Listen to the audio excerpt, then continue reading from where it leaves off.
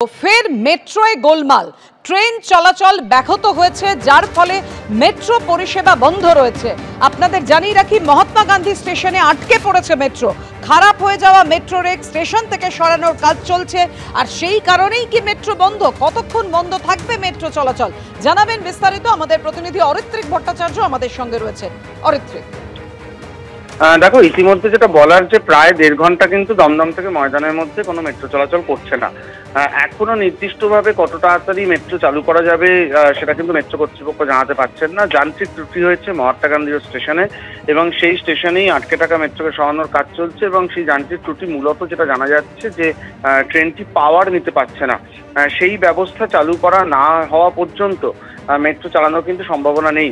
যদিও মূল office time পেরিয়ে গিয়েছিল, তারপরেও প্রচুর মানুষ কিন্তু সমস্যার মুখে পড়ছেন এবং বিশেষ করে যেরকমভাবে নিত্য নৈমিত্তিক মেট্রো সমস্যা হচ্ছে এবং সেই সমস্যা একদিন বেশ কয়েক ঘন্টা করে স্থায়ী হচ্ছে, সেটা সাধারণ মেট্রো যাত্রীদের উদ্বেগ যেমন বাড়াচ্ছে, তেমনভাবে মেট্রোর ওপর ভরসা নিয়েও কিন্তু একটা প্রশ্ন উঠছে।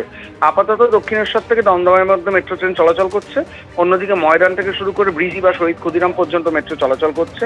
মাঝে দমদম থেকে ময়দান, অর্থাৎ উত্তর কলকাতা থেকে শুরু করে দক্ষিণ কলকাতার একদম সূচনা অংশ পর্যন্ত যে বড় একটা অংশ, সেখানে কিন্তু কোনো রকম মেট্রো সার্ভিস পাওয়া যাচ্ছে না। তারপরে যারা যাত্রীরা রয়েছেন বিভিন্ন স্টেশনে অলরেডি এই যে শাটারগুলো, সেই দরজাও বন্ধ করা হয়েছে কিছু কিছু ক্ষেত্রে, এবং সেখানে হাতে লেখা নোটিশ পর্যন্ত টাঙানো হচ্ছে যে এই মুহূর্তে মেট্রো সার্ভিস পাওয়া যাচ্ছে না।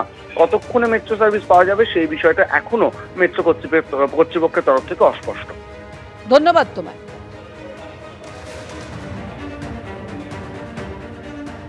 মুর্শিদাবাদ থেকে ফের গ্রেফতার বাংলাদেশি। লালগোলায় অনুপ্রবেশকারী সন্দেহে 4 জনকে গ্রেফতার করলো পুলিশ। তারা কোথাকার বাসিন্দা, তাদের কাছ থেকে কি পরিচয়পত্র সঠিকভাবে পাওয়া যায়নি জানাবেন আমাদের প্রতিনিধি রাজীব চৌধুরী।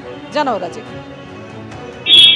পাপিয়া, গতকাল রাতে যে লালগোলার যে সীমান্তবর্তী বিলবোড়া কুমড়া গ্রাম পঞ্চায়েত রয়েছে, তার রামনগর এলাকা থেকে 4 জনকে গ্রেপ্তার করা হয়েছে এবং তাদের সহযোগিতা, এদেশে ঢোকার জন্য সহযোগিতা করার জন্য আরো একজনকে গ্রেপ্তার করেছে। আরো যে 3 জন সহায়তা করেছেন তাদের খোঁজে ইতিমধ্যে পুলিশ তল্লাশি শুরু করেছে। পুলিশ সূত্রে যেটা জানা যাচ্ছে যে ধৃত যে 4 জন, তাদের বাড়ি হচ্ছে বাংলাদেশের চাঁপাইনবাবগঞ্জের বাসিন্দা এবং গত পরশুদিন তারা সীমান্ত পেরিয়ে, লালগোলার সীমান্ত পেরিয়ে এদেশে ঢুকেছিলেন এবং তারা কি কারণে এদেশে ঢুকেছিলেন এবং তাদের উদ্দেশ্য কি ছিল সবটাই তদন্ত পুলিশ শুরু করেছে। তাদের আজকে লালবাগ মহকুমা আদালতে তুলে 7 দিনের পুলিশি হেফাজতে চাওয়া হয়েছে এবং কি কারণে তারা এই অনুপ্রবেশ করেছিলেন সেটা পুলিশ তদন্ত শুরু করেছে বলে আমরা পুলিশ সূত্রে জানতে পারবো। ধন্যবাদ তোমায়।